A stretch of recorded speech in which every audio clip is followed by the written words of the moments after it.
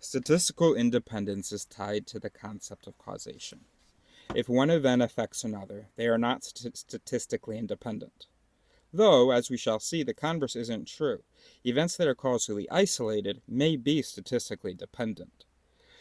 That is why the gambler's fallacy is a fallacy. One spin of a roulette wheel cannot impinge on the next. So the high roller who expects a run of blacks to set up a red will lose his shirt. The probability is always a bit less than 0.5 because of the green slots with 0 and 0, 0, 00. This shows that fallacies of statistical independence can go both ways, falsely assuming independence, as in Meadows' fallacy, and falsely assuming dependence, as in the gambler's fallacy.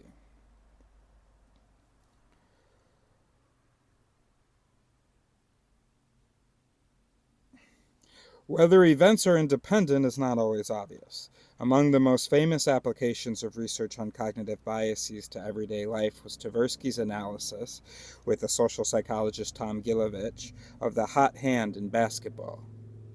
Every Hoops fan knows that from time to time a player can be quote-unquote on fire, quote-unquote in the zone, or unconscious, especially streak shooters like Vinny the Microwave Johnson, the 1980s Detroit Pistons guard who earned his sobriquet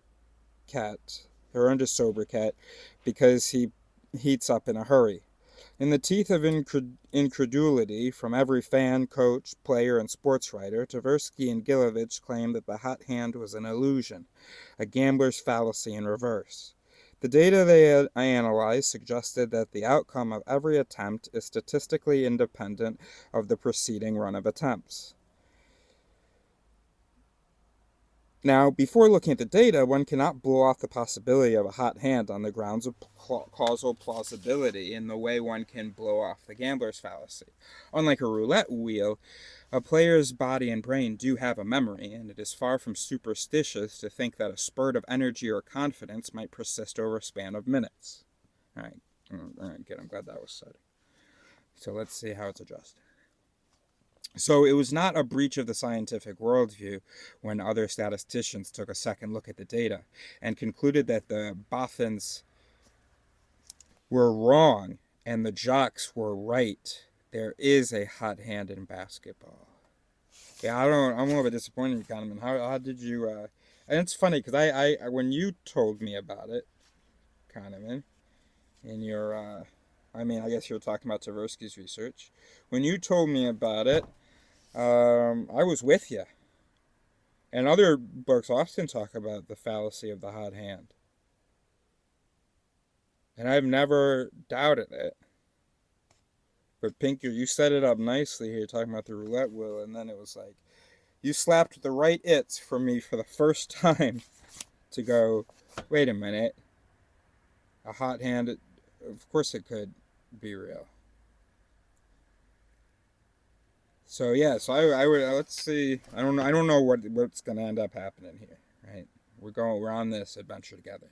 So let's see whether it's real or not. But I am having trouble now to understanding how I could ever have thought that was an illusion. The economists Joshua Miller and Adam Sangiorgio showed that when you select streaks of hits or misses from a long run of data, the outcome of the very next attempt is not statistically independent of that streak. The reason is that if the attempt had happened to be successful and continue the streak, it might have been counted as part of that streak in the first place. The reason is that if the attempt had happened to be successful and continue the streak, it might have been counted as part of that streak in the first place. The economists Joshua Miller and Adam Sangiorgio showed that when you select streaks of hits or misses from a long run of data, the outcome of the very next attempt is not statistically independent of that streak. So you select a streak from a long run of data, the next shot they take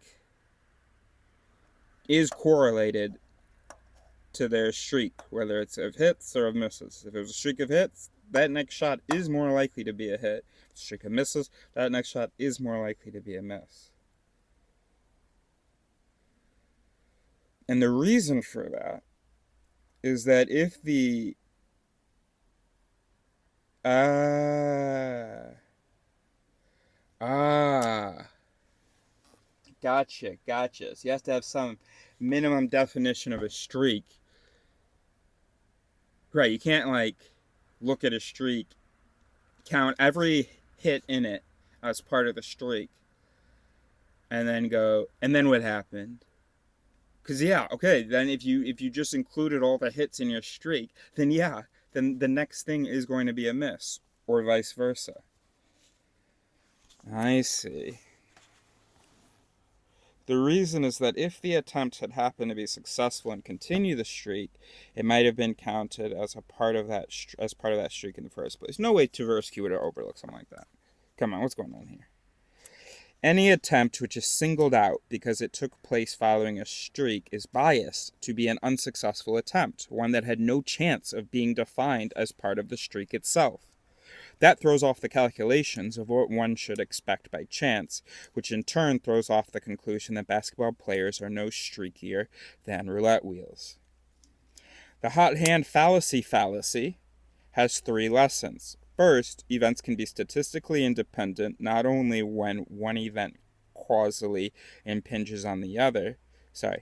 First, events can be statistically dependent not only when one event causally impinges on the other, but when it affects which event is selected for comparison. Second, the gambler's fallacy may arise from a not-so-irrational feature of perception. When we look for streaks in a long run of events, a streak of a given length really is likelier to be reversed than to continue.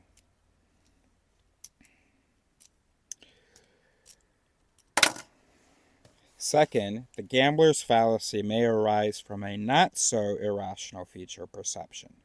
All right, so let's phrase this as an it. So, an it that people in the field might have considered a mallet.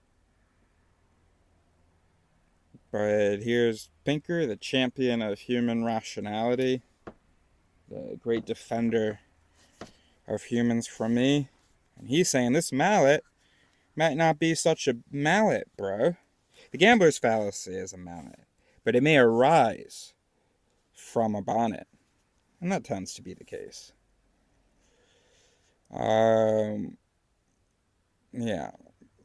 Yeah, the roots of most of our sort of biases, fallacies, heuristics, and illusions. It's like, oh yeah, no, like that's a good rule to have, but it's just it's being over applied, or in this case, it's not adaptive. Okay. So when we look for streaks in a long run of events, a streak of a given length really is likelier to be reversed than to continue. A streak of a given length. What do you mean, like a long length? Because I talked about giving a length earlier. But I was like, if you set it at 3, if you define a streak as 3, then you won't see the same statistical independence that you had seen when you consider the streak whatever fell into the streak. But I don't think we're talking about the same given now.